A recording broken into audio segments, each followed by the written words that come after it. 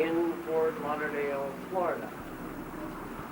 Following is a part of that visit.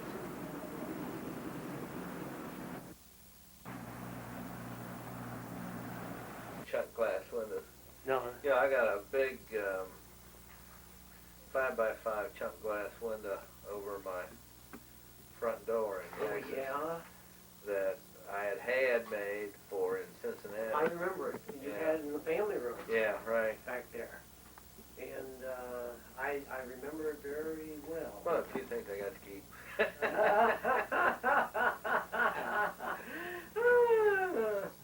You mean every now and then. But you can see that, we've had an extremely interesting life. We really and truly have. We've been very fortunate Oh yeah. people. And we've had our ups and downs.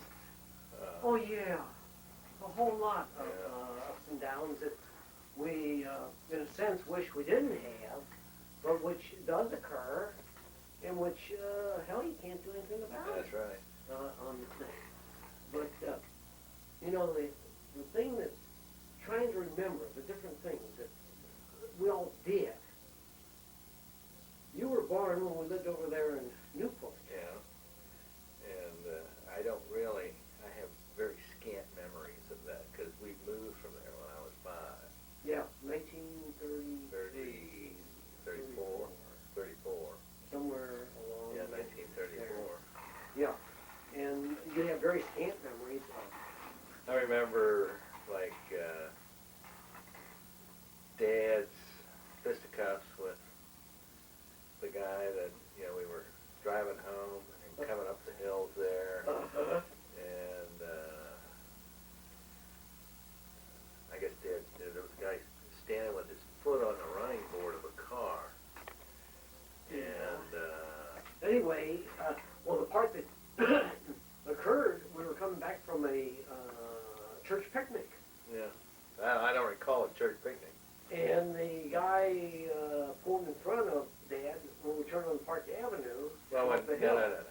You got this all wrong. My memory says that we were coming up the hill and the guy was standing in the street down at the bottom there at Park Avenue. That was after we hit it. No, we didn't hit him then. We tapped him. We tapped him. Did we? Yeah. Well, I don't remember that part. No, I don't remember that part. But I remember getting up the top of the hill and this guy wanted to pick a fight with Dad, and Dad got out and thrashed the rascal. He sure did. And I remember one day when it was raining, and I guess I remember these things because I was told about them so many times. But there was a Leo that lived across the street. Yeah. And it was raining, and I am told that I stood by the front door and said, "Oh heck, I can't go out and play with Leo today." And I remember looking out of the bathroom window. Yeah, up on the second floor. Up on the second floor and seeing downtown Cincinnati. That's right. You used to have a beautiful view of downtown Cincinnati from the house. And I remember having, Jack had pneumonia and I had close to pneumonia. Yeah, that's right. And we shared a roll-out bed, or a couch bed, sofa bed. Yeah. Had a leather back to it, black leather back, ugly thing. We got through our illness together on that. So that's when the Jack ended up with having his back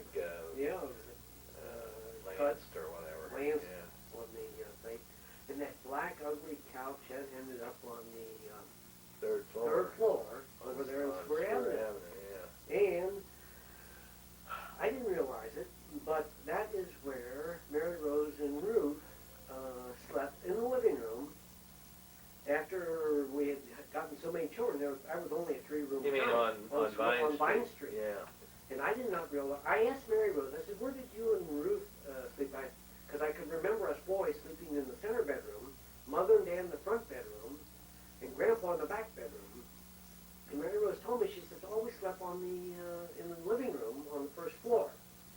didn't remember them sleeping there at all. I don't remember any of the sleep. You have any There memory? used to be a concrete roof over the garage That's that right. served as the Porch.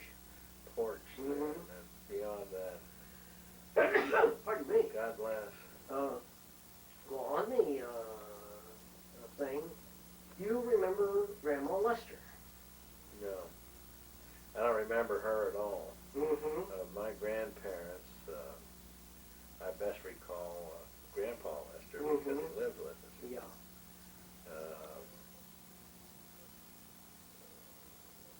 Recall Grandma Bertke and Grandpa Bertke. Mm-hmm. Grandma Bertke was a very stern woman Mm-hmm. and unapproachable. My recollections of Grandpa Bertke was that he was easy to get along with. Mm-hmm. Grandpa Lester was irascible. he sat in the dining room by the radio all day in a rocking chair, rocking back and forth. And I guess he must have chewed because he had No, he No? didn't. Mm. or he had a pail that he kept expectorating in. Oh, did he? But he didn't chew. No, I guess he didn't chew. But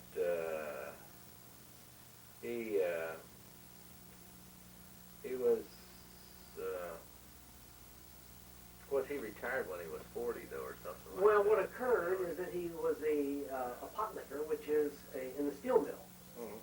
which is a matter of puddling the steel when it is molten to remove the impurities down in Mhm. Newport Steel. Mhm. And that in the early Depression occurred, Yeah, that he lost his job. okay. And he never went back to work. Well, he worked at he Williams ran an Square elevator, at, yeah. for the Elsesser family. Yeah. The mother and dad become acquainted with the Elsesser family, and the grandpa Where did he run the elevator at Wiggins block down Yeah, there, did where he? the Okay. Wiggins was, at? Yeah, and that's where he ran the elevator. yeah. But when you say irascible, Irascible. okay, Yeah. irascible. Well, he's. I don't think that he was all that overjoyed about his prospect in life. No, I think that if I had 9 grandchildren, number one, we lived in his house in Newport. And that was a house that mother, in effect, lived in as a young girl. Yeah. And, No, I don't think that was so. yeah, they lived in that house as they... Well, that may be. Yeah. But I had the impression that mother lived down on River Road in Cincinnati. That And- great-grandma Lester lived out there on Yeah. Hillside Avenue. Yeah.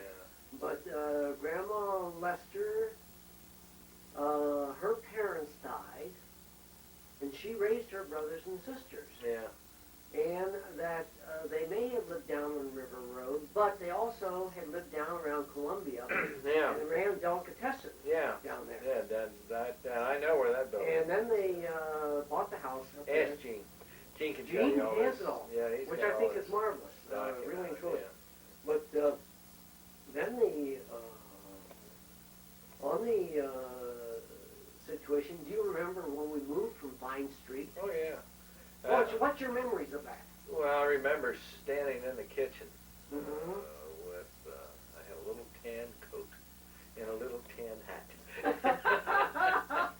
and Jack and I had to stand in the kitchen while they're moving all the furniture in. It was cold, as I recall.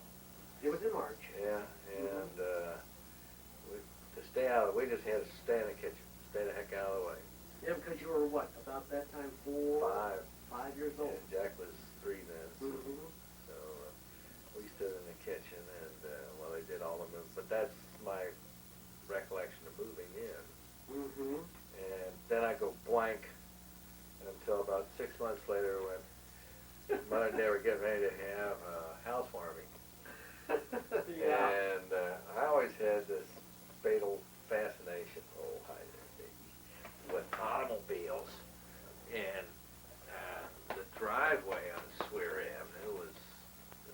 hill. Uh, I think she's back getting gussied up. You're all dressed up, Don. what do you mean about that? Yeah. Is Marilyn changing her clothes? No, I have a car 5 Into years the old. lake. I didn't drive it into the lake. And Oh, Don my. had things. Oh, yeah. Wrong. Chin up. Wrong.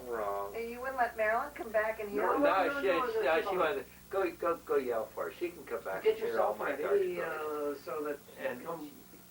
Oh, she's marvelous. Best thing in the world. She's been great.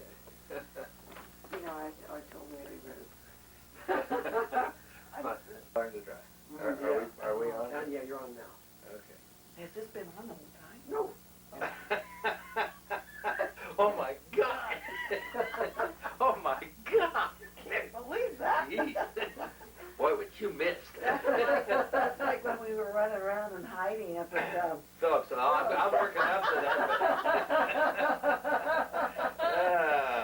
No, I'm only 5 years old right now. Oh, all right. I'm sitting in a car at the top of the hill. Yeah. And the day before, the car was sitting in the garage. It's a 1933 Pontiac, beautiful car. Red wire wheels, black car. And I was fooling around with the gear shift, and the car moved just a little bit that day.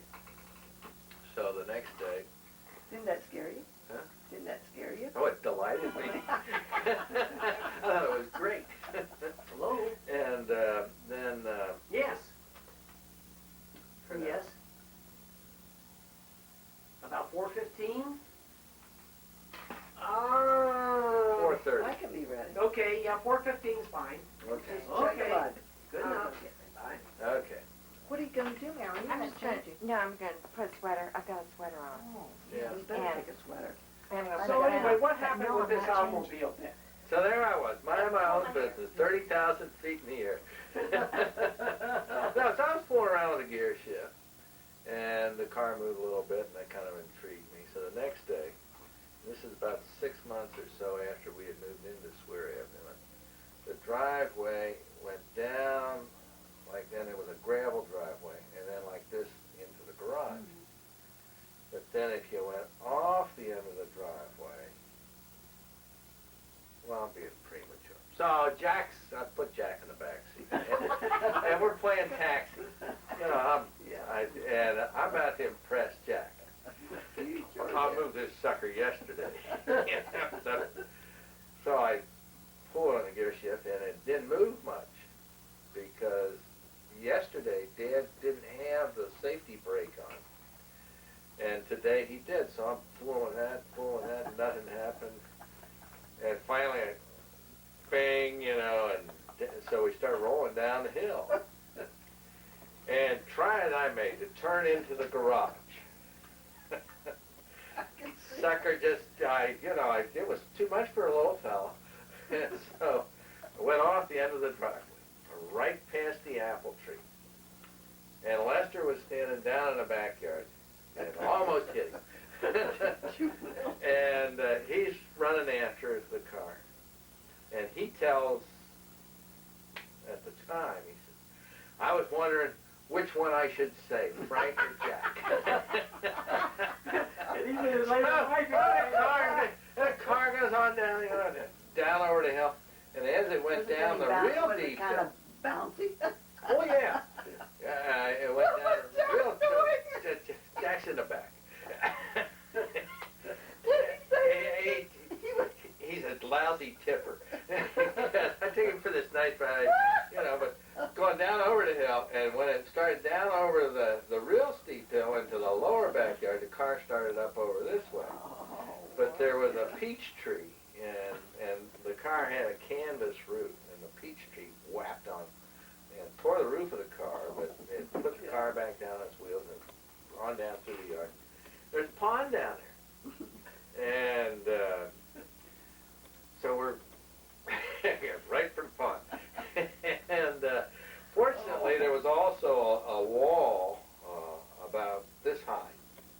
And when we got to that wall, we just kind of dropped off. The front wheels just kind of dropped off in front of that wall, and the car stopped. So Frank's Lester was there. He was first. And I think he was relieved he didn't have to make the decision which one to let drown. Well, you know, So- basically, Les was out in front of the house, Mhm, and I was out there in front of the house with him at the time. mhm, When Mother screamed, Mother was up on the back porch. yeah. Mother screamed because there was a car going with her two little boys. Oh, is that what it was? Yeah. I So swore it was Lester. I almost no, ran over. No, Mother was up on the porch. Oh, yeah. But Lester caught up to the car. Oh, yeah. Yeah, that's Bad. Well, we weren't. I was just learning how to drive, so I didn't go fast. You had it in low gear, I guess. No, it's neutral, you know. Neutral. Well, we got You were coasting. yeah, coasting all the way. So we got down there, and Jack's You better get yourself. Yeah, I will. first comments were, we got out of the car. Frank's a bum driver. Now that really offended me. I couldn't understand. You know, what the hell? I gotta stop. You know, We can go in the lane. we didn't go in the pond. You know, oh, so I missed the garage. You know. But the fun part of that, Did you get in trouble? well, you know, yeah, always, a lot of times. The fun part of that, though, was then trying to get the car back up the hill. Oh, I And bet that Mother was- and Dad were having a housewarming that night. Oh, wow. And so Dad got a bunch of guys from the shop and put a block and tackle on the car. And by this time, Jack and I were kind of back out in the yard again. But while we were in Bondere's yard next door because Watching him from it over wasn't there. as steep a hill to get it up. And they got this block and tackle, all these guys pulling on it, you know. And they weren't getting any place until Larry Nicolai next door, who was a big man. I mean, big. And he got on the end, oh, boom, boy, car jumped and got it back on up. But, and they got the car back up all right. And the only damage was just this one little tear in the roof that the peach tree did. I didn't do it, the peach tree did. But Mother was kind of spaced out that night because she was juiced up on Paragoric. You know, the cure-all in those days was Paragoric for Oh, and I everything. love Paraguay. Licorice. Oh, yeah, you know. Well, they kept... You better get She had no little, ready. hooker of Paragoric, you know, so... What time is it? 4:15, the water taxi's gonna be here. Okay. Yeah, we have to close up the house. Well, it's all we right. better You get yourself going ready. You get yourself ready. Okay, let's Mako, see now. don't do that. Don't chew on your pulp. So I'll let you. Then everything, Then we'll have to everything goes blank again. Well, I remember a lot of things about Swear Avenue. Well, wasn't there one time that you and Jack were down there playing in the backyard, walking on the fence? Oh, yeah. Well, that was, I forgot all about that one. You did. If anyone wanted to know, did I get in trouble? No, every chance I had. Let's see, yeah, well, next door, and maybe we ought to save this for later, Yeah. because All right. it's 10 We'll do after that. right now. Well, this is only now about 8:30 in the evening. We been out to dinner? Oh. Oh, we're on the air. Let's see, where was I? I was 5 years You were old. 5 years old. I had just driven Jack down over towards the pond. No, we had the car coming back up. Yeah. And Larry Nicolai. And With the Mother moon. had the Paragoric, and boy, she was floating free. Oh, I think, Yeah. Mother, whenever pressures got a little bit too great, Paragoric was a she passed out. yeah, great. Right now, Let's see. on the thing. But how old were you when you and Jack were down there in the backyard walking the fence? Oh yeah. Well, we weren't. I was maybe twice as old as I was when I drove the car. I'm glad you improved with age. I was maybe 10. Nicolai's, who were our next door neighbor, and Adam Nicolai was my sister Mary Rose's heartthrob At that age. at that age, before the Glamour Boy came along. Yeah, you know. that's before that Glamour Boy. Yeah, Sullivan. But they lived next door to us, and they had a clubhouse down Yeah. the lower part of the yard. And in the clubhouse, they had a pool table, Mhm. but there was a sort of a picket fence all around the whole damn thing.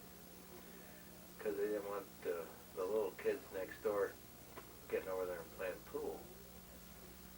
And this picket fence had a 2x4 Yeah, at the top, and so Jack and I used to be circus performers, and we'd get on that 2x4 and walk, down the 2x4, and it was great fun. Except one day Jack fell off of the 2x4 that was at the top of the picket fence and into some sticker bushes. It was gooseberry fence. Was it gooseberry? Yeah. Well, they had stickers on, I know that. And he screamed, "Oh, help, help, help!" And so I'm screaming, "Help, help, help," because I couldn't get him out of the sticker bushes either. And there were some painters up on Harris Avenue, which is the next street over. And they thought that there was somebody in Schulte's Pond Where you almost ran the car. where I almost ran the car. It was the last time I did something bad. It's 5 years between doing things bad. So the painter called 911, or whatever Yeah. 911 Fire was in department that. did Got the that fire too. department coming, and jumped off the roof. He was on a porch roof. Jumped off the porch roof and came charging down there, ready to save Jack's life. By that time, I'd already figured out how to get Jack out of the sticker bushes, the gooseberry bushes or whatever. And we were kind of pulling the stickers out of him. And this painter was pretty unhappy with the fact that, first of all, he didn't get to save Jack's life.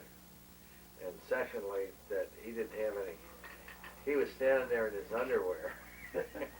And thirdly, the fire department, which we could hear, just like in the distance, was on the way. Well, Jack and I recognized a serious situation. Up through the yards and under the porch. Yeah.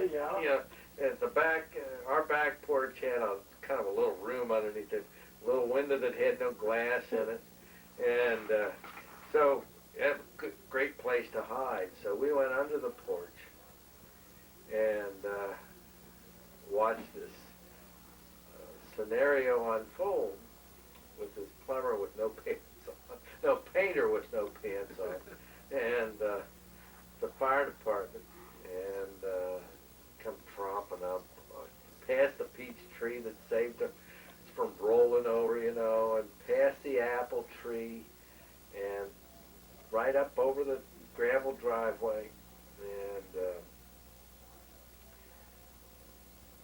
we knew there was a problem.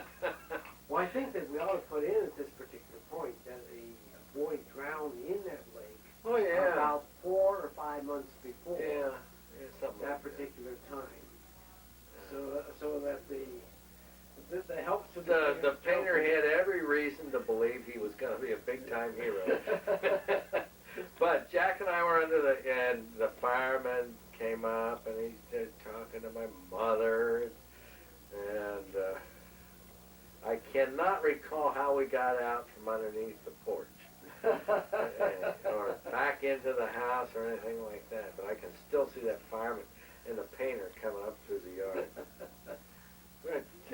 Well, it was reasonable to yell for help when you're in a sticker bush, I thought that was fair.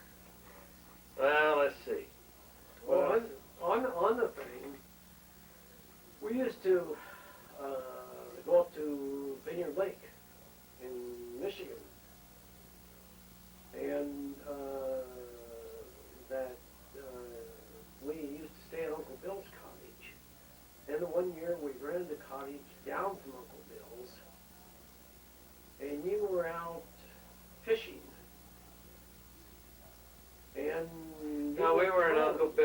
cottage when I threw Dad's rod and reel into the Oh, water. is that what, were we at Uncle Bill's cottage? I thought Yeah, we were. down there Yeah, at we the were other in Uncle cottage. Bill's cottage when I innocent. I mean, I was a child. I never knew you'd be innocent. And, you know, you take a rod and reel, and when you go to cast, you give it this business. Well, my little hands just weren't strong enough to hold it. There went the rod and reel. Dad's good rod and reel into the water. I think you just gotten it for past Christmas. Oh yeah, it was almost brand new, Mm.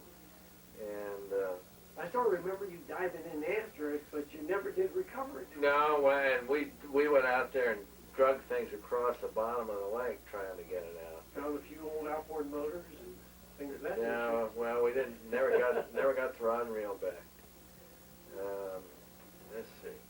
Well, on the thing, something in as far as the process of growing. You don't want me to tell about you climbing up the porch? Oh, you're allowed. No. You can tell that. Let's see. When I was last time we talked, I was 10. That's when Jack fell into the stickers, and probably somewhere around there is when I threw Dad's rod and reel away. So maybe I was 12, and Jack and I and Gene Yeah, that's right. slept in on Swear Avenue. He was standing out in the front yard, and you looked up at the house. Up here on the second floor with the bedroom here, Mary Rose and Ruthie were over there, and Jack and Gene and I were in this bedroom right over the porch roof. Well, let me tell you, one night we were sound asleep, and all of a sudden we hear rattle, rattle, rattle, and a lot of scurrying around outside our bedroom window. And then we saw somebody trying to open the window, you know, lift the window up. Somebody would try to do something. Somebody was trying to do something dastardly.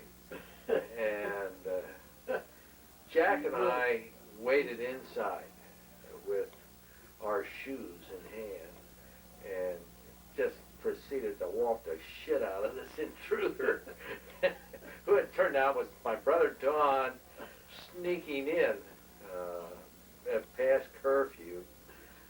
Mother forgive him, he knew not what he did, but I can't remember. What happened to you? Did Well, Mother and Dad weren't home. they weren't out? Well, what the No, hell Mary was Rose was in charge at night. Well, I You know, don't God, remember she- that. She really and truly was bent out of shape about that situation. Well, I think she had every right to be. I can't understand that at all.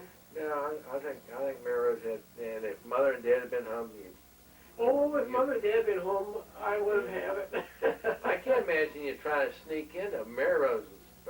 Lord knows she was understanding and long-suffering. Put up with a lot of shit. But I remember other things, though. Let's talk about Mary Rose. Mary Rose had a passion for Hostess chocolate cupcakes. And She should have edit this. and that's all right. She used to run Jack and myself up the Wall's Delicatessen Mm-hmm. to get her Hostess chocolate cupcakes. And she was kind of a Hostess cupcake junkie. Mm. And, Can't understand that. let's see. I probably ought to. Well, let's see. I started doing this once over in Houston, sitting and talking to myself, or no, sitting and talking to the camera. Well, I'd say too many unkind things, which I really didn't want to do. We have a dynamic family, and Well, let's not one of us hears the same drum. No, we don't. We all hear a different drum, and all of us in our own way are pretty neat people, and all of us in our own way are also pretty cuckoos, you know. Let's see. Lester, I remember prior to World War II that I was playing paperboy. I was down on the landing on Swear Avenue, right just this side of the stained glass window that Ruthie used to kick out all the time. And I'm yelling, extra, extra. Well, Lester came down, all looked at agog, and he thought that the war had started. And that's my big recollection of Lester as a child, because Lester was away to Ohio State. It was in ROTC. And was in ROTC and all that sort of stuff while I was maturing. And let's see, now I told the story on you. Let's see, on Bob,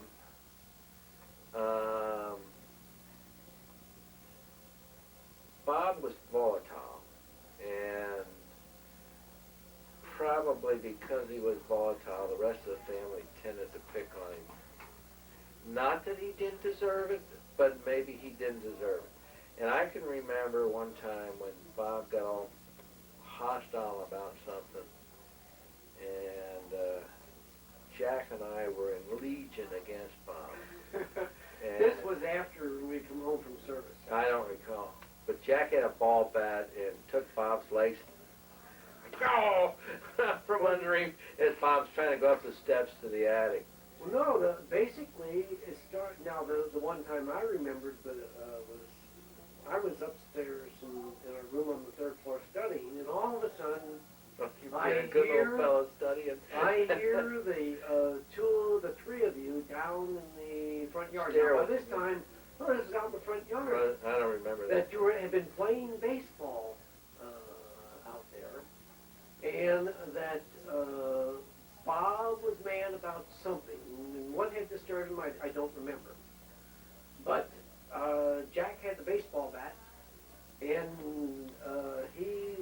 you were not out there at the moment because the two of you had, because of the allies and everything, the two of you had banded together to sort of defend each other. Yeah, Mrs. But anyway, Mrs. Nikolai used to call us Hans and Fritz. yeah, I can understand that. But anyway, all of a sudden, you take one step closer and I'm going to let you have it with this baseball bat. And Bob took one step closer and Jack whacked his leg out from under him with the baseball bat. Now, if you had a time of coming up the steps, that's something else I didn't know. Well, I was coming up the steps, yeah. Yeah. At least I remembered, the Bob's going on the way up the steps. Well, do you remember the time driving up to Michigan where Mother and Dad I were remember. driving the one car? Come on in, Come on, sit down, sit darling. I remember. You tell me what I'm supposed to remember. No. And I'll tell you You what remember I the time Mother and Dad were driving the car and Les was driving Uncle Harold's Uncle car. Harold Ford, and he got the blowout. Well, no. Oh yeah, and Lester lost the tire. But on Well- that same trip, Gene started going out the car. Mother Okay. grabbed him by the hair and pulled him back in, closed the door, and I remember that. Get away, baby. Yeah.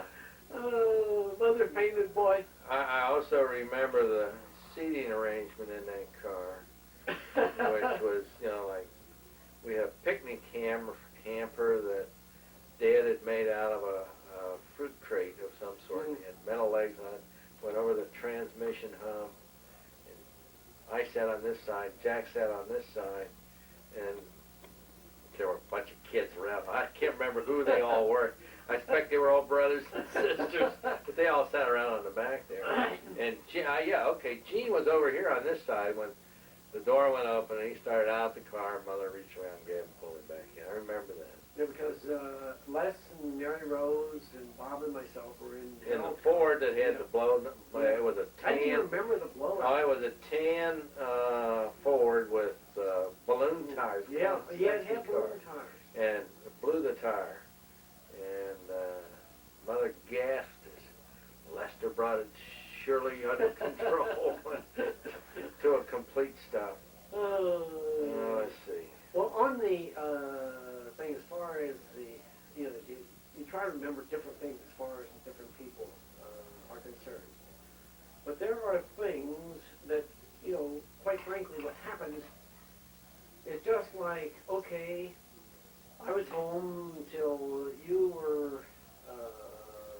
graduating from high school. And I remember that you're graduate from Xavier High. Savior. Xavier. No, Savior. So Savior. not Xavier. Savior. God, see, I wasn't as well educated. Yeah. But the thing, and I remember that you had gone to commercial arts, Art, yeah. and and that you also had gone to other schools. What were the other schools that you had gone to? I went to the University of Cincinnati and studied engineering, Yeah. and decided that an engineer I was not. Mm-hmm. And then I went to Central Academy Mm-hmm. and studied there and completed my studies there. Went to Chicago, and while I worked in Chicago, Mm-hmm. I went to American Academy of Art and the Mhm. Chicago Art Institute, Mm-hmm. and lived in that cold, miserable place for about a year. And while I was going to school there, Korea was on, Yeah. and I got notice of potential of draft. Mm-hmm. There he is, big old Mako, and he don't bother with this. So I went back to Cincinnati Mm-hmm. and went to work at Pogues as assistant art director. You were working for Henry Wild, was it? Or what Yeah, was it? that was after I got out of the Army. See, I got drafted and went into the Army. They took me to Maryland and processed me and then sent me back to what was probably the single worst place in the world, Indiantown Gap, Pennsylvania, Mhm. in November of 1951, and it was cold in Pennsylvania in November of 1951. I was there November, December. Christmas time came, and I was really very anxious to get home for Christmas, and they lined us all up. They put a row here and a row here, and this row got to go home for Christmas, and this row got to go home for New Year's, provided the guy that was opposite you got back. Well, there was a little Jewish boy standing across from me, a little guy by the name of Abrams, or Abramson, or something like that. And it did not make sense to me why that little Jewish boy should go home for Christmas. It was probably the start of a long-seated anti-Semitism that He had Hanukkah. No, he did not have Christmas, But anyway, he did come back, and I did get to go home for New Year's. Well, then you got Then out for this win. Then I got back, and I still wasn't all that happy about being in the military, because when I was drafted, John Larkin, who was my best man, was in school, and he was a professional student, and because John was still in school, and a single man without any duties or responsibilities to anyone in this world but John, he was exempted from the draft. And John never really did get drafted, but I was pretty well pissed about the fact that I got drafted, and here I was a married man, and all this jazz, I was not happy about being in the military, and particularly after that little Jewish boy got to go home for Christmas, and I had to stay. I got home for New Year's, but they sent me back up to Pennsylvania to finish my basic training, or the first 8 weeks of basic training. And we went out on the infiltration course in the morning one day. It was cold in Pennsylvania, and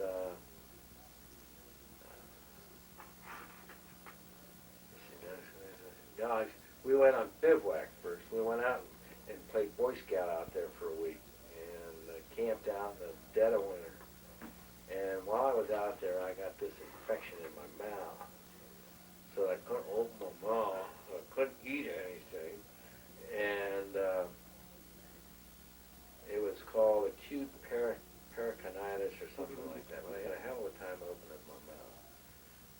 finished that bivouac jazz up, and I did not want to go on sick call any more than I had to because we were supposed to ship to Fort Bliss, Texas. Down in El Paso sounded like Pretty good for me. something like paradise, you know. I mean, it couldn't be as cold as Pennsylvania was, and this was now January of '52 or something like that. So I didn't really want to go on sick call or anything at all like that because I wanted to go to Fort Bliss. But I had this acute peritonitis, and I couldn't open my mouth, and I didn't feel good, and we finished up bivouac, and we were supposed. The last thing we had to do before we shipped out to Texas was the infiltration course, which is where they shoot machine gun bullets over your head, you know, about 3 feet off the ground. You're crawling underneath the barbed wire. And we went out in the morning, crawling along the ground, you know, and not at all happy about the whole damn thing.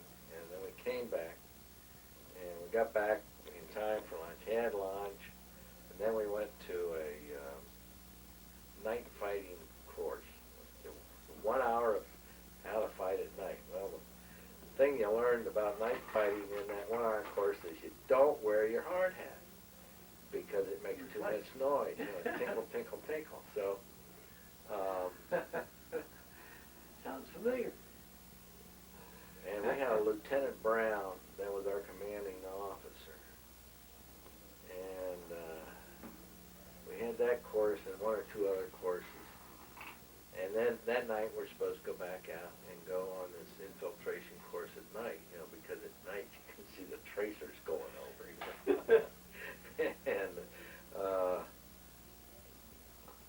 we're all lined up out in the battery area and with our hard hats on, which was David Gear.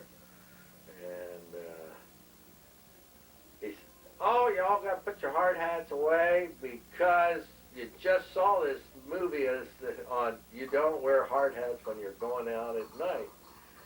So everybody dutifully trooped back in, put our helmets back in, and wearing soft caps, which is what they taught us to do in that course that afternoon. Nico. So we went, what the hell's going on? So we go out now, and our battery area was up on a hill. We had to tromp down the hill, cross the valley, and then back out to the ranges out here. So we came down the hill, and it's cold and snow and really frigid. And we're about halfway out there when Lieutenant Brown drove up in a robin's egg blue Ford convertible. And he rolls the window down about this much. He said, "You all got to go back and get your hard hats. They said you have to wear your helmet." And he rolls the window back up, and he's gone. So now we're going to be late. So we all turned around, and they ran us all the way back up the hill. And as we got back up almost to the battery area, the kid in front of me, a guy by the name of Paul Ast, I inadvertently stepped on Paul's heels when they called quick time, you know, where you slow from running down to just a regular march. And Paul turned around and swung at me. Now, if Paul had been Jesus Christ and he swung at me at that particular moment, I would have killed him. So I proceeded to try and kill Paul. You know? Whap! And Paul ducked, and I caught him right at the base of the skull, and I broke this finger right here. and again, I wouldn't go on sick call because I wanted to get out of Pennsylvania. So I ended up going down to Fort Bliss with a broken hand. When I got down there, because they took us on a lovely train ride. Oh, there were train From rides Pennsylvania. We went through Cincinnati at the dead of night. You know, and I had every intention of jumping off the train in Cincinnati and at least calling Mary and Mother and Dad. Mary was living with Mother and Dad. And said, "Hi, I'm down at Union Terminal." And I, you know, they wouldn't let us off the train.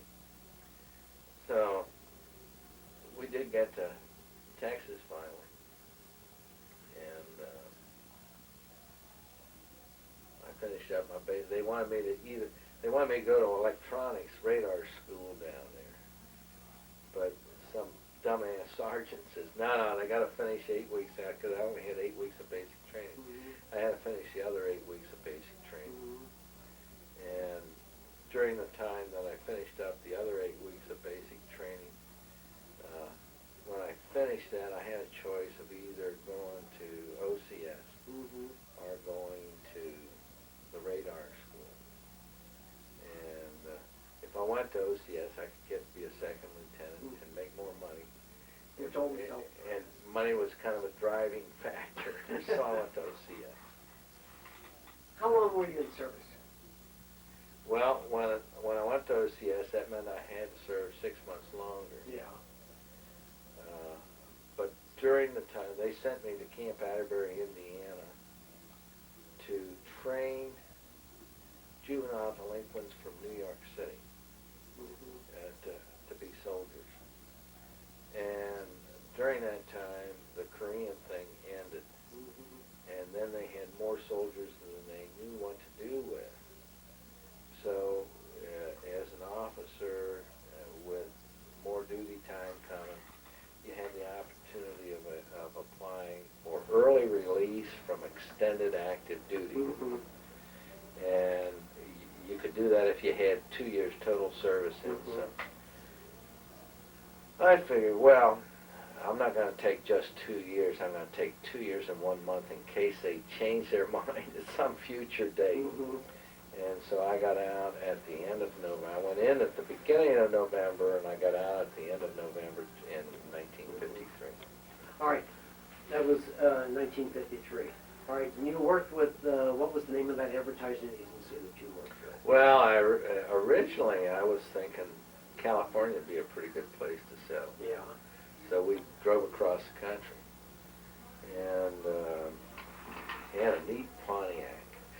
And it was a 1950 or 51 Pontiac, Mm-hmm. and cream bottom and a turquoise blue top with a sun shield or sun visor, Mm-hmm. hard top. One of the prettiest cars I ever owned. Mm-hmm. So we drove to California, and down Route 66, Mm-hmm. and this was before the days of the super highway. Yeah. And that was a great drive, and I'd love to be able to do it again today, but you can't, because the roads just aren't there anymore. But we ran through. Well, that was in 1953 that you had made it. 53, yeah, we went past, where Indians had their hogans, on the very near side of the road. Uh-huh. And in New Mexico, outside of Albuquerque, you could see where, here the road goes like this, big steep, big tie drop down, and there were trucks and buses that had gone down and slid off the road, the old hulks that you could see down there. Yeah. Mm-hmm. It was fascinating. How long were you out in California? 2 months. 2 months. And I finally decided that I didn't want to stay in California. When I went to, I was looking for a job as an art director, or layout artist, or whatever. And I had a number of interviews, but the thing that changed my mind quickest was I went and had an interview with Max Factor, Mm-hmm. which was a cosmetic place. Yeah. And the guy that was interviewing me says, well, you have to think like a lady in this business. And I decided I could not think like a lady in that business, not in California. So we went back, and then I went to work for Henry Wilder.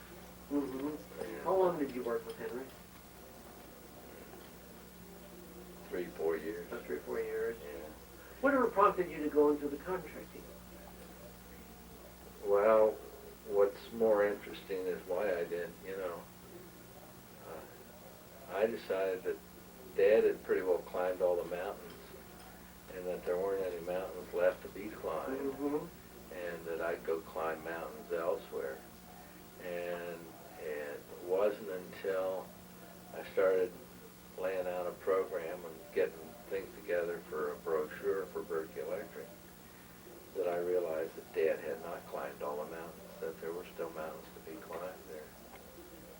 is very true.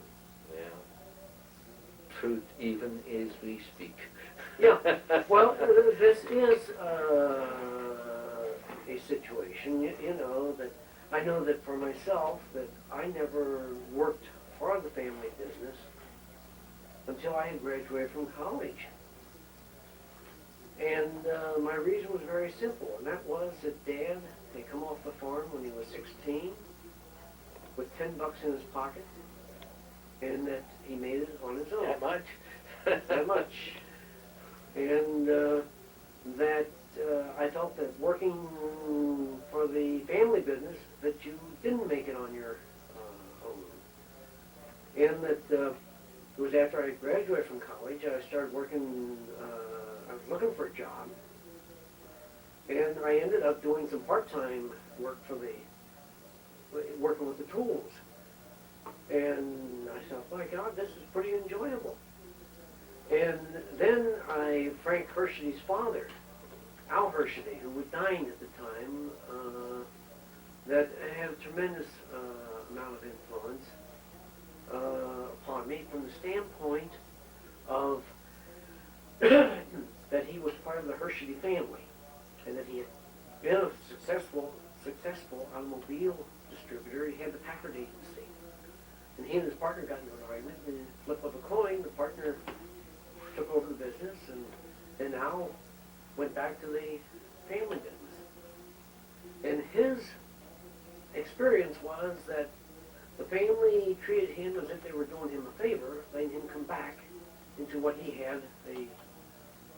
Well, I was treated that way.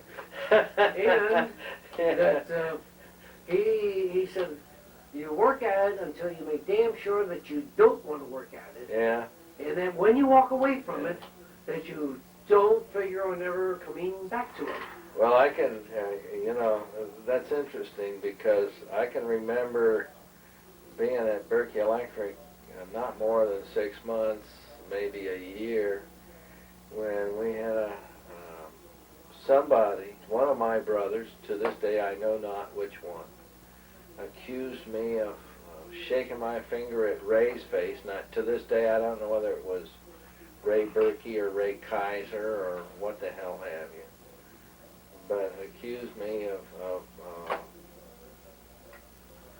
putting my finger, in this business at Ray, and I can't recall the other particulars on, but we had maybe you don't remember, we had a big meeting in Dad's office about this very thing. I remember it. And it was, you ought to be thankful we let you come to work here.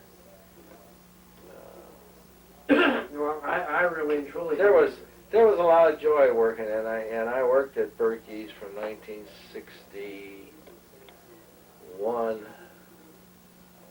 through 1987. 26 years. 26 years? 61, 71, 81, and 26 years. And there were some great times there, and some great satisfactions there. But there was always the frustration of family. And the good times were great until the bad times just were, and the bad times being the times when the business just couldn't support.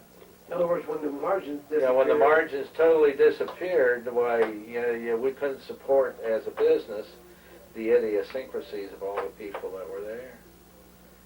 And have you ever stopped to really and truly think about what Art Bertke must have had at times? well, I think it was out of his mind. Because of all of the individual. I think he should have run everybody off, including moi. This is something that I think but quite often. no, I think about it, Don, too, and I guess probably the thing that epitomizes Dad, and and his conduct of his life in that business, and I know that it had to be very frustrating for him. Look like you're that way good. The Would you like some coffee or? the thing that epitomized, boy, that looks great. Yeah, Whoa, try it. caloric. Whoop. No, it isn't. Now wait till you get with that Meg. He likes it too. When Dad was in the hospital,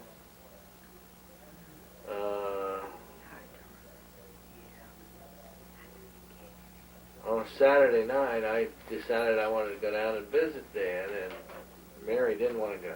And I said, well, I'm going to go anyway, which I did. And so I jumped in the car and drove down to St. Francis.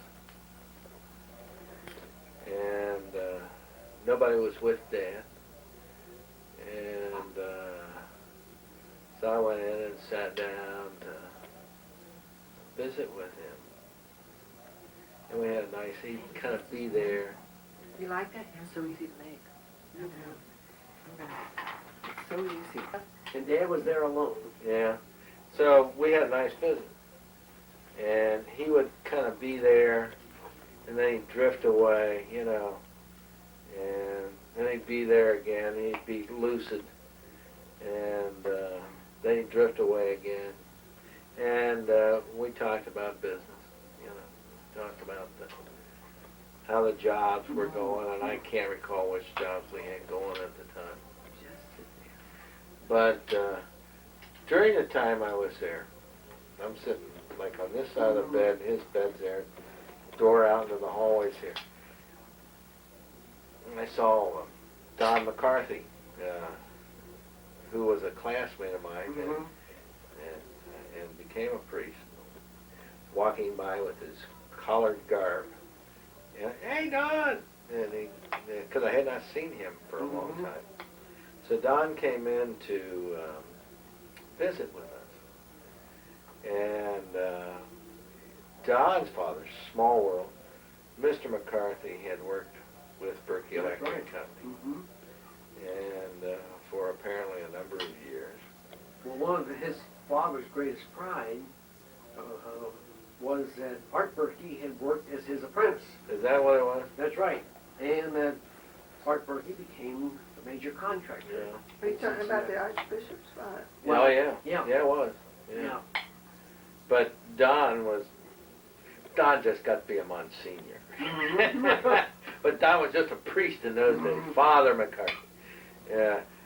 So Don came in and visited for a while with Dad, and we chatted. And then Don's getting ready to leave, and Don said, "Well, now let's have a blessing, Mr. Bertke." So Don gave Dad his blessing, and Don's getting ready to turn on his heels and head out the door, and Dad said, "Wait a minute," he said, "I have a prayer too." And so, as best as I can recall and paraphrasing what Dad's prayer was one that he had obviously committed to memory.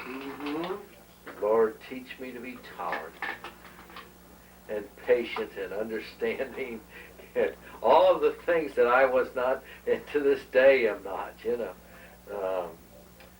But he really stressed that, and I suspect you're looking through your archives there to find it. I do have it. All right, find that for me. And I'd like a copy of it, because I do not recall the words. And turn that thing off and let me eat my pie here All before. right. Shall do. Shall do. That prayer. Oh, Dan. Yeah, you ought to get a Written it copy down. of that before it just fades totally. Yeah, it's pretty well done. Yeah. Did you read it? Sort of. Still? John has produced this copy of the prayer that I remember Dad saying. It says, "Oh Lord, I thank you for all of your blessings, spiritual and temporal. We beseech you, O Lord, to grant us peace of heart, tolerance,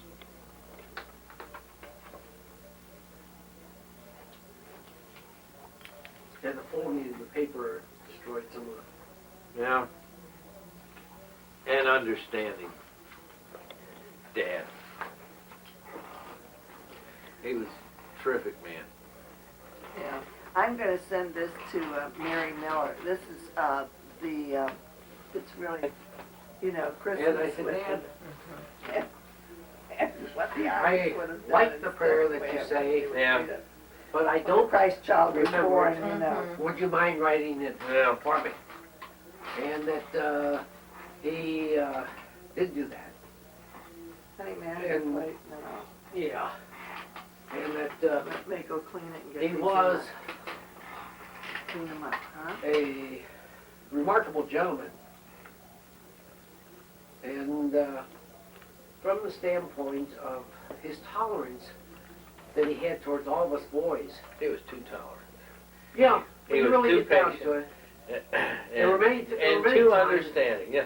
Well, Hey, no, when you I say- no, when you I say admire this- your dad because no, he wasn't too. That's just the way he was. And he was not. Did you ever hear tolerance to a fault? yeah, Yeah, well, that's yeah, dead. yeah, that's true. Patience to a fault. That's dead. Yeah. But see, but the thing of it is, he was trying to tell you guys something. Yeah, but you know, Right? in our human weakness,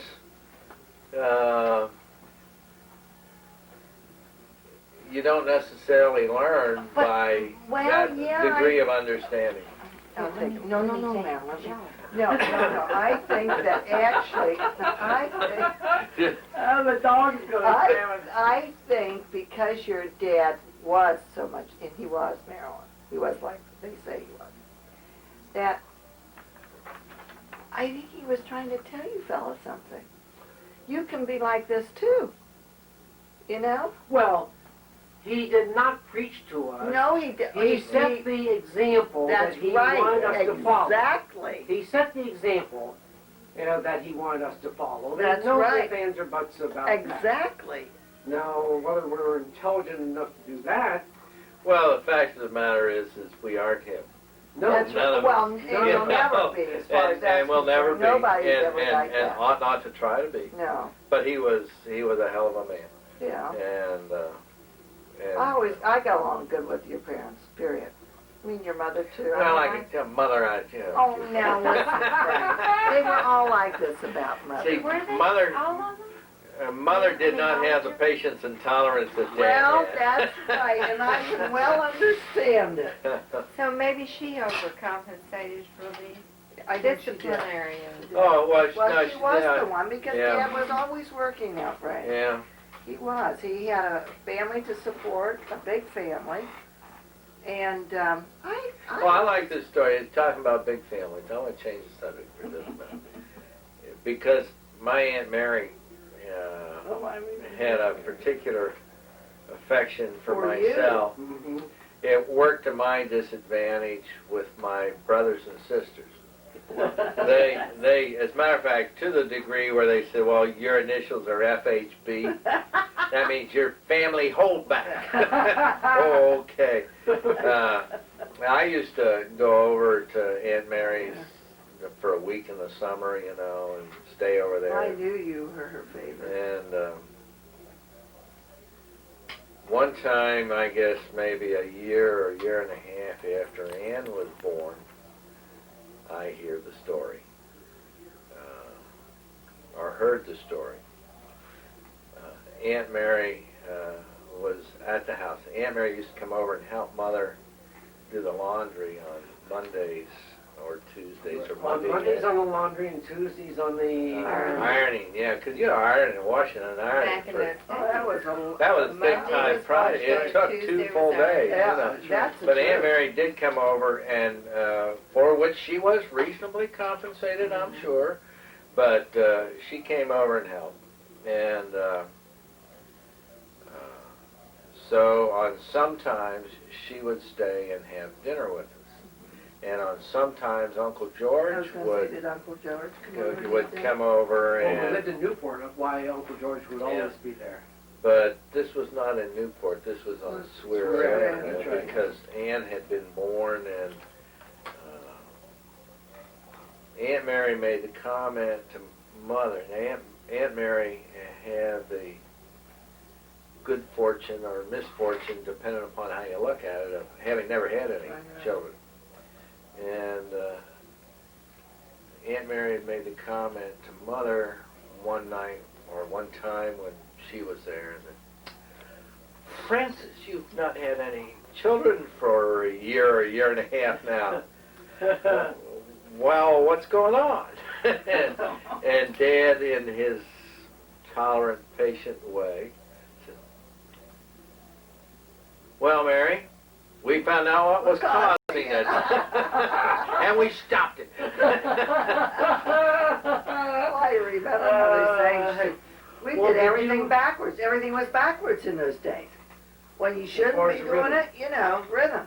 Uh, And everything was, when we shouldn't have been done, we were doing it, see, and that's how it happened. Were you aware that Aunt Mary, she never had any children, but that she was apparently pregnant At the time, at that, the time? yeah, that Mother I was aware of carrying that. you, Yeah, and that's the and reason that she she lost the child, latched on to me. and that this is what I had always understood to be. No, I reason never to heard be. that Yeah, story. mhm. Yeah, no, I I believe knew it. that you were Aunt Mary's Well, favorite. Yeah. I knew that. Well, Well, other things- boy, I suffered for it though. I put up with a lot of, you know, I don't boy. remember giving you a hard time. Well, y'all did. You all did. Oh, Y'all picked they up. all poor did? baby. Because- Poor baby. No sympathy at all. Well, actually, pearl. truthfully, Frank Uh, was always, you and I always got along. Frank and the other family was always my favorite. Hell, Especially couldn't at get you Phillips around. Swimming We used to go to Phillips. That was the swimming pool. It was big. The largest recirculating pool in the world. That's how big it was. You know. Was it really? Oh yeah, Are you kidding? big damn. No, that was No, Coney Coney Island. Island. I was gonna say, Coney Island was the bigger largest than Phillips, recirculating. yeah. But Phillips was a big Yeah, it was a swimming big pool. And Phillips was, maybe 5-6 miles from the house. Yeah. Now I have to tell you about when I ran away with Jack when we were about 7 or 8 after I tell this story. But we used to go to Phillips swimming pool, and we had good times there. And after Don was out of the service and he's squiring Betty, they used those words in those days. Yeah. Courting. Courting. Yeah, squiring and Courting, wow. things like that. Trying to get her in the sack. But Don and Betty used to go to Phillips, and at the same time that myself and Jack, and I'm not sure whether Gina and Ann were there or not. No, they weren't there. No. But Betty and I used to have this thing going. And we'd dive in the water, swimming away, and they had 2 concrete piers in the middle of the pool, one in the shallow end, one in the deep end. And we used to hide from Dawn. Remember that? Do I remember that? we would. It was kind of a big game. It was. Hide go seek. Yeah. Yeah, I'd see. I don't know why he was And hide and seek. we get down behind the concrete, you know, the pier stuck about this much up above the water. Yeah. We'd look over and we'd see Doc. Hey, get your nose in the water type of routine. Oh, we'd swim underwater and Now, we mentioned about the matter of you and Jack running away. Well, we really didn't run away. We just kind of walked away, and we didn't have the intent of leaving hearth and home. We just Forgot which direction home was. well, we went for a walk, and it was my Jack and Bobby Henry and Don Otting, who kids lived up the street, and myself. And we walked, we went for a walk. And we ended up out at Phillips. I remember that, because I'd never been, been to Phillips swimming pool before in my life. This was maybe when we were 7 or 8, something like that. Oh. Not much more than that. At the most. Yeah, At the most. at the most. Maybe somewhere between 6 and 8. But while we were on our walk, we went by the A&P grocery store Yeah, that was up on A Street. out on A Street by Pedretti. No, There was this one this side of there was Pedretti. one there at That was- Sunset, and then one on out further. Oh, the one by Sunset wasn't on the A&P. The one a little further out was the A&P store. It was not that big a store by standards of Mhm. supermarkets today. It was a little corner store Mhm. almost, you know. But they had a box of Ivory soap sitting out front, and either Jack or myself or Bob or Don, Bobby, Henry or Don, I don't recall. We stole a bar of soap. And we carried that bar of soap clear out to all the way through this walk, and we were somehow wending our way back from Phillips swimming pool when the police picked us up, took us home. Did they report? Did someone say? No. No, We were nobody knew we looking- stole the soap. Oh, you were You know, looking they just for it. thought we were trying to be you clean. ran away. They thought we took that. The thing was is that they were gone from the house and looked around the neighborhood, didn't find them, went out walking trying to find them. I remember there was a Riding a bicycle all around. not whole day, and I had walked on up to Rosemont Avenue and then down Rosemont Avenue to River Road. Oh, that's a long Back. walk. You better believe it. Yeah. Back in River Road, walked up the steps where you would catch Elbron Avenue coming back up the hill by Mount Echo Park, and on back home. And it was a Well, you walked further than we did. No, I didn't. Well, now was I never Bob, knew where was you Bob with you, disappeared Bob to. Berkey, or No, was no, it- Bobby No, Henry. Bob The Henry kid up the and- street. and- No, Bob Berkey. No, But- he oh. never ran in our crowd. He was too much older. No, but that's it was a knot-hole day, and I missed the knot-hole game. Oh. Out looking for you. Oh. Now I find out he went out to Phillips swimming pool. Well, we were. Brother. I remember that. Yeah, you know, it's amazing the things you recall. Yeah. And what did the policeman say to you? Took him Come home. on, Betty. I'm lucky I remember we stole a bar of soap. Get in this car. I know that we were not very happy about getting into that policeman's car. You're worried about It had that. the big siren out on the Yeah. fender. It was a Ford. Yeah. And it had a big siren out on the right fender. Well, why did they pick you up? Well, we'd been reported as stolen or disappeared or whatever, Missing. you know, Okay. kidnapped. Okay. Did Mother report it? Or who did? I don't I know. don't know, but But tell me Bobby, how Henry, looking. Don Otting were, you know, the same age as Jack and I are for all And intents. was Jack with you?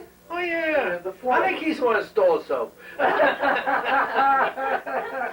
Oh, Ivory soap. 99.44, 100% Pure. pure. well, you know, there are so many things that happen when you're kids, and you don't think of all of them at one time. And the thing is that in the size family we had, the things that happened to one part of the family, in other words, the older kids, the younger ones were not aware of, and vice versa. A lot of things that the younger ones did that Yeah. the older ones were not aware of on the thing. But you have 3 boys. What are their names? And whom are they married to? Let's see, there's Frank Anthony. And he's married to Debbie What was Debbie's maiden name? Ward. Marty. Boy, you're really going to put me on the spot now, aren't you? And Frank was in the Navy. He had served in, well, that's another story too. He came home one day, before he was in the Navy, he was going to UC. And says, well, Dad, I've joined the Navy. And I said, well, wait a minute, you joined the Navy or you're going to join the Navy? He says, well, I'm going to join the Navy and you can't stop me. And this was when Vietnam was going on. And I want to serve my country. I said, well, I don't think that's necessarily an all bad idea. Then he says, wait a minute. So, he did join the Navy, and then they sent him down here to Orlando, and he took basic training down here in Orlando, Florida. And then they sent him to Northern Ireland to, God, I have this problem with not Belfast, Derry, Londonderry, Northern Ireland, and where the Irish were blowing up one another, and there was a communication station there that he served on that took all of the communications from Europe and the North Atlantic, fed them back to the United States.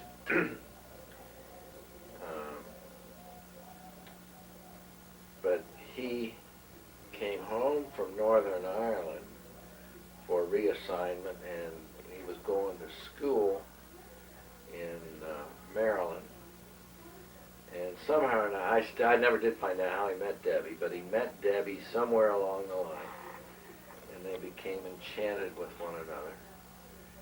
And they came into my office at Berkey Electric, the little long, narrow office that you had been in.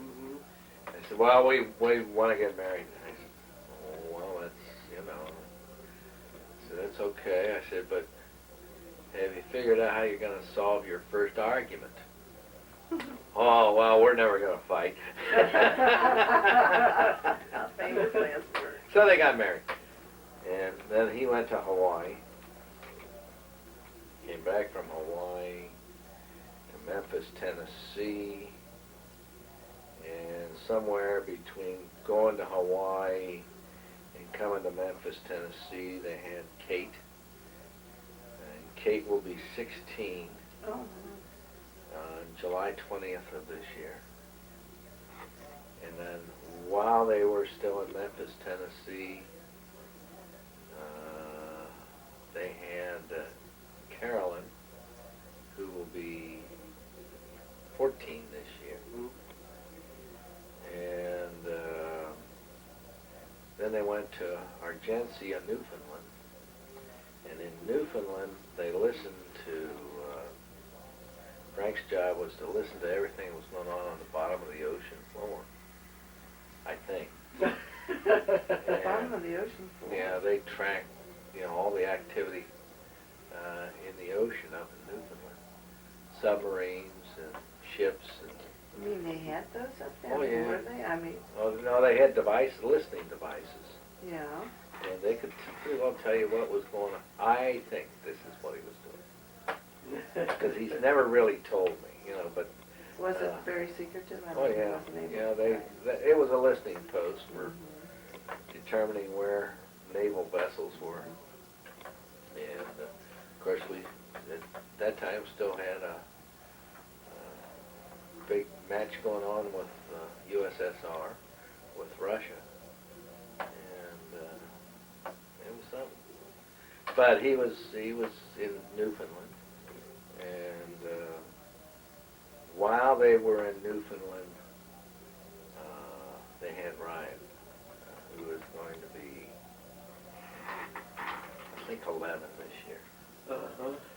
And then he got out of service, came home. So that's eldest son, Frank Anthony.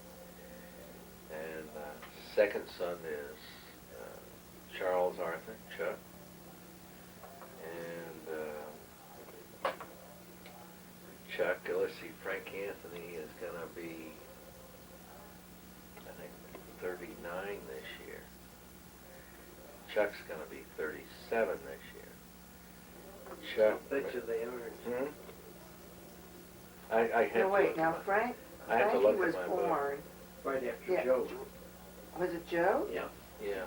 because Well, then, Skip was the first Skip, Yeah. boy born, Yeah. and Joe Skip ended is up being 40, the he's second got born. Yeah. 41. Yeah. And Joe is 37.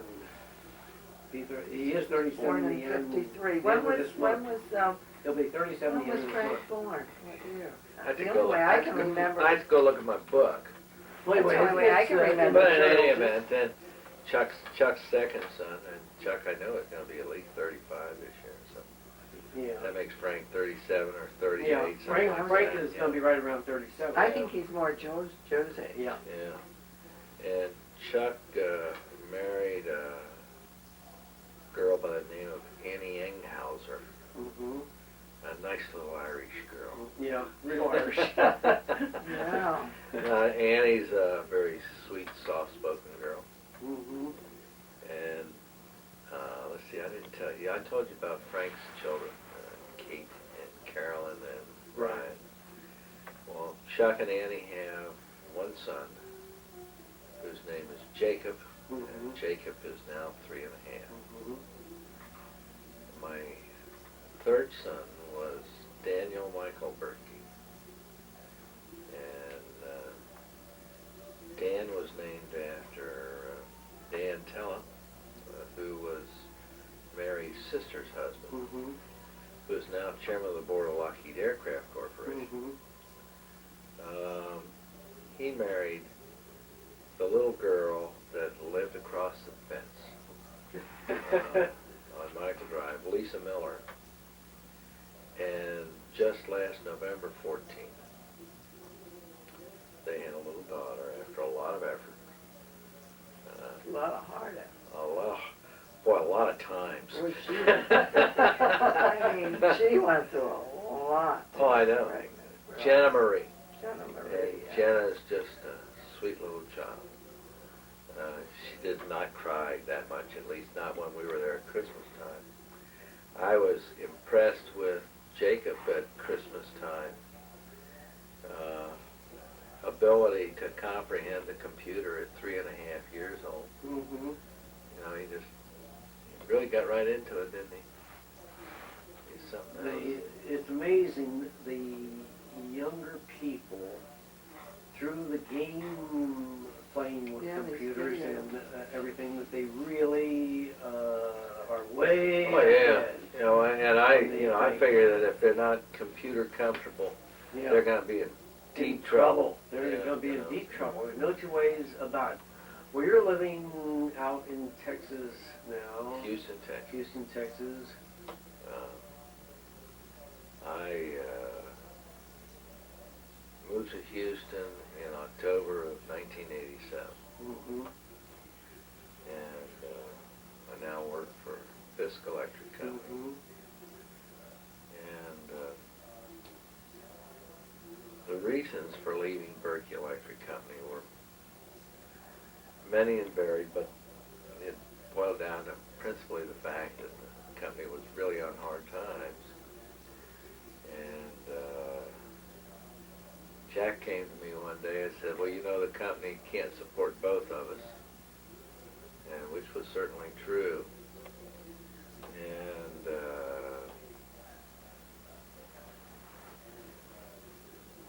because I was more mobile, I was divorced, and plus the fact I had a reason for wanting to go to Texas.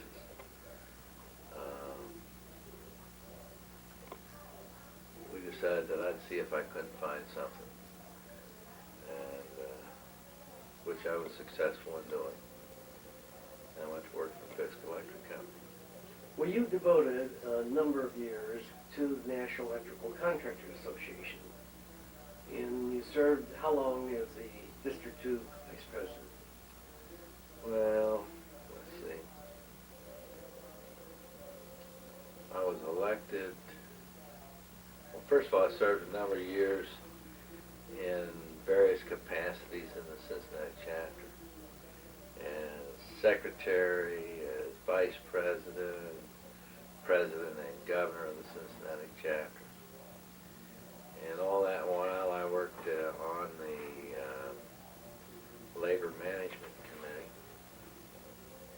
Then in 1973, I was appointed to the Council of Industrial Relations for arbitrating all of the labor disputes that could not be arbitrated locally Mm-hmm. in Washington. It was a neat experience. It was kind of a nice window on the world. Mm-hmm. When I was appointed to that committee in February, President Nixon had the Wage Stabilization Act on. And are we out of? Almost. Okay. Hello, Earth. Well, on the thing, I'm going to sort of wrap the thing, Yeah. because it has been a lot of fun sitting and talking. And the purpose of this tape is for your children, your grandchildren, because there's things My that grandchildren. your Great-grandchildren. That's right. That they will have the opportunity of hearing the things that you did when you were growing up, your reactions to life in general, and that perhaps it will have some influence along the way, which will make them Oh, I hope a not. better, well, better people. And I certainly appreciate your tolerance to do this, because it is always a pleasure. I started doing this once, I think I mentioned it earlier, when Maryland was in Buffalo. And Maryland has become a very important part of my life since leaving Cincinnati, and a source of great joy. But I started doing this out on my back patio, and I decided, well, I probably would say things that I wish I had. So I decided I wanted to stop and think about it. And I'm glad that I had the opportunity to do it here, because it's not been with anything other than fond memories. We have a tremendous family. Good, the bad, and the ugly Yeah. in each of us. And we've all been very fortunate. Yes, we have.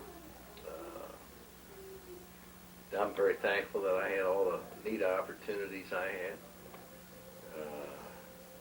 Glad I didn't kill anybody along the way. You could never have done that. Oh, by accident. You know, I still I'm driving Jack over the hill. Yeah. You know? But yeah, by and large, we've been a very unique family. We're not a close family. Which is regrettable. Oh, sure it is. But it's not the sort of thing you can do anything about. No. You know. But each one really and truly has some little thing that really makes them lovable, and some little thing that you Make wish them hateful. they never had. But that's the way we've all That's been what made. makes the world go around. That's We're- it. Can't all be alike. And so that I'm certainly glad that we've had the opportunity to do this. Well, let's see. I want to think of a few more things. If you still got film there. I can, I'll tell you what I can do very easily. Keep going, because Okay, when it turns off, then when it's done, it's done. when it's done, it's done. But I have other tapes I can put in. No, I don't necessarily want that. Okay. But when it's done, it's done. Okay. When it's over, when the fat lady's sung. No, I have, substantial regrets about our family and not being close. And I've thought a lot about it and the things that could have been done to have made it different. And I've thought about the things that have made us what we are, and the distance. And I think the fact that our parents, either by design or fault, whatever you want to call it, made us the extreme independent individuals that we are. And most of us are very, very independent, not just from one another, but from the world at large. I think that had a lot to do with why we weren't close, because there was a lot of competitiveness, a lot of sibling rivalry, and that got us through some very tough times as children, but gravitated against it. As far as the sibling rivalry, I don't know if it was really sibling rivalry or in many respects lack of respect of the other things that people were capable of doing. I think that as children, when you come from a large family, that your parents can only split their time in so many pieces. So the net result is that you do have the very small particle of their time. And Well, you're trying to establish I am an individual. And in the context of my recollection, right, and the feelings I had relative to my growing up anyway, I don't know about anybody else, Mm-hmm. none of us were ever as important to either mom or dad as mom and dad were to one another. That is correct. Very true, Frank. I can remember Dad going to work in the morning and the two of them standing by the kitchen door and just kind of loving one another. And, well, you got the idea, well, that's the way it's supposed to be, and it was kind of neat, really. Yeah. And then when Dad would get home and the mother would, sleep in the afternoon. I didn't remember that. She would go in on the couch and take a nap so that she was full of... I didn't blame her. Well, I don't blame her either, but she did, and I thought about this last night over at Mary Rose's, looking through the old They were talking about that. picture album over there of mother asleep on the couch. Well, that was, my recollection of Mom's afternoons for a half hour, 45 minutes before Dad got home, and then she'd get up and get with it, But we were never as, any one of us, either individually or collectively, were as important to Mom and Dad as Mom and Dad were to one another. And we got a perspective of, my opinion, of married life that, by God, it's pretty neat. You got one another, and you handle you handled 9 kids and all the rest of the stuff in the world with your love for one another. And well, that was a rather utopian perspective of how life was or should be. Yeah, because it does not fall into that category. But And with 9 kids, what time they had left over, again, bearing in mind that mother's there looking after 9 kids, and Dad's out hustling the bread for 9 kids, and then they had this little bit of time for themselves, and then we had to go study. No, we had to do dishes. Before we went to study, we had to do dishes. And that's another neat thing. We did dishes we didn't have dishwashers in those days. Mechanical dishwasher. We had, somebody, each night somebody had to wash the dishes, somebody had to clear the table and scrape the dishes. 2 of them had to dry. And whoever cleared the table had to sweep the kitchen floor. Well, as you might expect, under that sort of an arrangement, there was a disagreement or two. And Dad, we used to be out in the kitchen, and the kitchen was like here, and then the kitchenette, the breakfast room was here. The breakfast room had this big long table, and then we ate at. And then there was a dining room beyond that. Well, the dining room was always dark. Nobody ever turned the lights on in that room. And Mom and Dad used to sit in the living room up here and listening to the radio, and Dad reading the paper. no television certainly in those days. But whenever the arguments became more than just normal arguments, Dad would come and stand in the dining room in the dark. And what? Pick out who's doing what to which and to whom, you know. And you could always tell when Dad was there because all of a sudden somebody'd see him and they became the wings, you know, and the halo. Jack, what are you doing that for? Donald.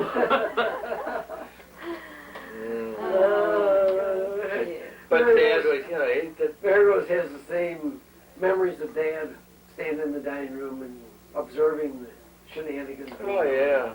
While we were doing the dishes. But, Those are nice things, though. You Oh, look yeah. back on it today, Oh, yeah. really, you know. see, my 3 sons, I can't recall them ever doing dishes at home, you know. We always had a dishwasher, yeah, and I just, you know, maybe they did, I don't know. I'm sure they did some of that, but not like we didn't have 9 kids to do dishes. Yeah. That's It right. was 9 kids They plus probably were Grandpa. responsible for That's right. removing their Yeah. own plate Yeah. and scraping it and putting it in Yeah, there. Yeah. that's right. where did We you did that at our house, too. sit at the table in the breakfast room? Remember that. See, Mother sat here.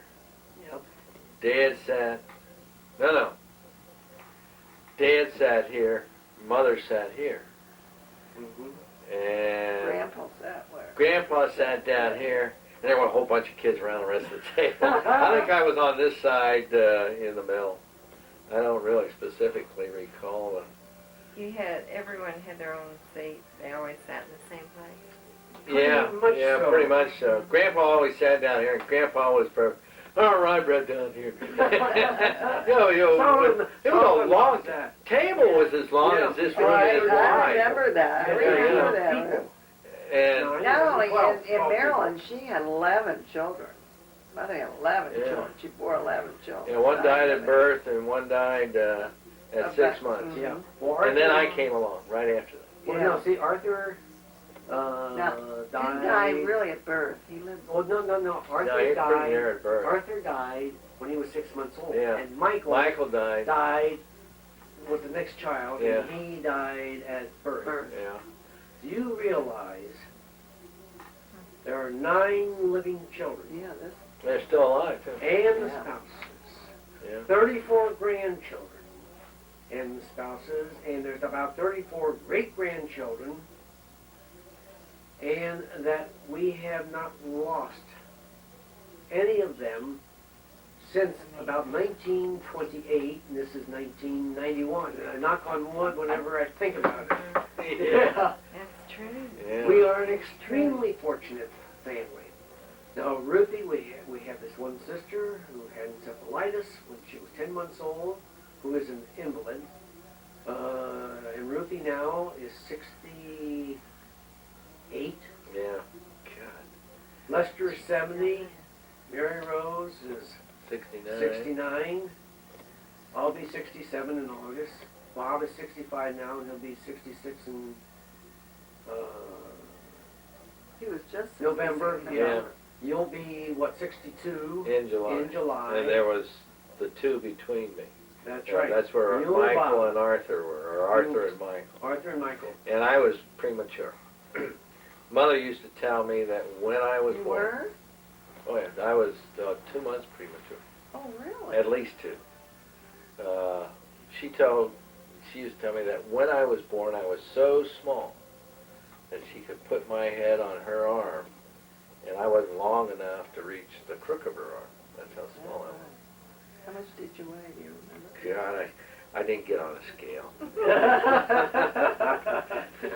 Don't you remember when they put you on the scale on the bus? Didn't they tell you? No. I just remember didn't Mother think to telling me ask? that's how small I was. Yes, you didn't ask, I right? was a little tight, and You probably had to weigh less than 5 pounds. Huh? I would Oh, think. I would think so. They probably weigh maybe I didn't 2 or realize 3 you were pounds. premature. Yeah, Yeah, that's the first time I yeah, heard of that. yeah. too. No, At least that's what I was told. Well, then, Yeah. yeah, I mean, that's something that they would tell you and not mention to the, I'd everybody remember else. it, you know. But I do remember that. My mother's arms were not as long as No. mine. No. Mother was, what, Yeah. 5'1"? She was, She was a very small woman. small dynamo. Whoo, boy, oh boy. And I remember, let's see, I want a couple of other things I want to talk about. I remember. We built the garage on Swear End. Yep. And, We expanded it to a 2-car garage. well, the old garage was falling down. That's right. The concrete slab in the garage had washed out and caved in, so you couldn't put your car in there anymore. So we're building the garage, and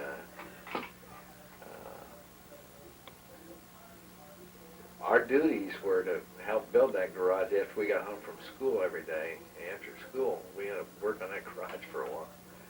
And one time, Jack was up in the rafters, and I was down on the ground, and we were not very happy about building this cotton-picking garage. And so consequently, we were both agitated with one another. And we had words about something. I'm climbing up the ladder and to get up into the rafters. And somehow or another, Jack and I got into fisticuffs, a minor altercation up in the rafter. And I punched Jack, and Jack fell out of the rafters, down into the garage. And the concrete was gone, so it was just dirt there, you know. But that kind of knocked the wind out of the little tyke. You know? And so down the ladder and into the garage, and Jack's laying on the floor. He's out. Is he really? Oh, he's out. You know, it's like either that or he's giving a good act, you know. So I'm running into the house to get a buck. You know, I always saw in the movies somebody that throw water in their face, you know. So I went into the house to get a pan of water and back down to the garage. And just about the time I'm throwing the water into Jack's face to wake him up, Mother stuck her head out to the second floor. What's going on down there? And the two of us, sweet angelic little voices that were, nothing, Mother. Did you already throw in the water on it? No, I don't recall. I don't think I threw the water. And I You're really sorry. think he was faking me out. I bet Well, he when that garage too. was being built, didn't at one time or another one of the rafters before the Oh, yeah, so. tied? Yeah. Yeah, before it was tied in at one of the rafters point, and, you know, it's a pointed peaked roof like this, and one of those rafters just, like, Really? yeah, it didn't catch anybody, but boy, it sure made a lot of people run fast. Shoot. Also, talking about that garage, I sort of remember that putting the roof tile, you know, the shingles on Yeah. the roof, that snap a line in order to keep them straight. Yeah, And somewhere it hangs in the back of my mind that they didn't bother to line up at the corner each side. You know, they took care of this side, then they turned the corner, and that they didn't bother seeing that they were lined up with the other side. They just started a whole new set of lines. that must have been your job, Don. I don't remember that. Well, the thing I remember is that What did you do? Do you remember what you did? put the roof shingles on. Yeah, I think that was his Well, I job. had worked on the other parts of the garage also, but Oh, we that all was did. done when I had graduated. It was the year I graduated from college. Yeah, it was a joint effort. The whole family, in fact, Lee Miller and Ed Lenhart, who had carpenter Yeah, skills, yeah. came over. Ed Lenhart lives down here in Pompano. Yeah. Still enjoying good health. Still looks very young. Yeah, he and, really does. He was such a nice looking. I always Ed thought that Landhart a was the good-looking guy, man. though, that when Ed was not a union man. And I remember being in Dad's office at the time that Ed and a couple of other people were trying to get into the union, to get union membership, and Harry Williams was a business agent. It's one of the few times I saw Dad really angry. And they weren't about to let Ed and these other people into the union. And I can hear Dad say, well, I'm going to keep on employing them, and, you know, you do whatever you want. And so I have to assume that's the time that Ed Lenhart got union membership.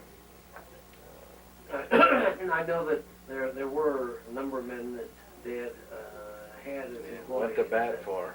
He went to bat. He went to bat for an awful lot of people. Yeah.